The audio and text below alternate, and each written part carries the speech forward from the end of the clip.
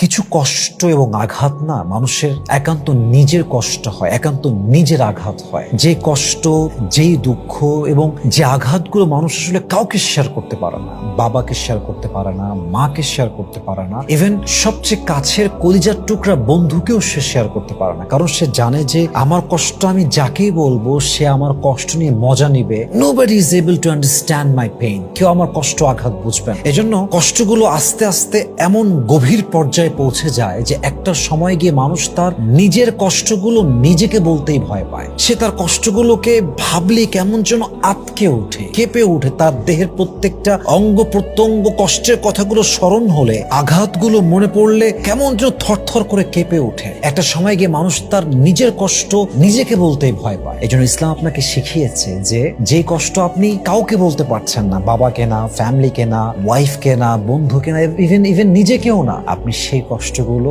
সেজদায় লুটিয়ে, নিজের মাথাকে নত করে সেজদায় লুটিয়ে দিয়ে আল্লাহকে বল। আল্লাহ আপনার কষ্টের প্রাইভেসি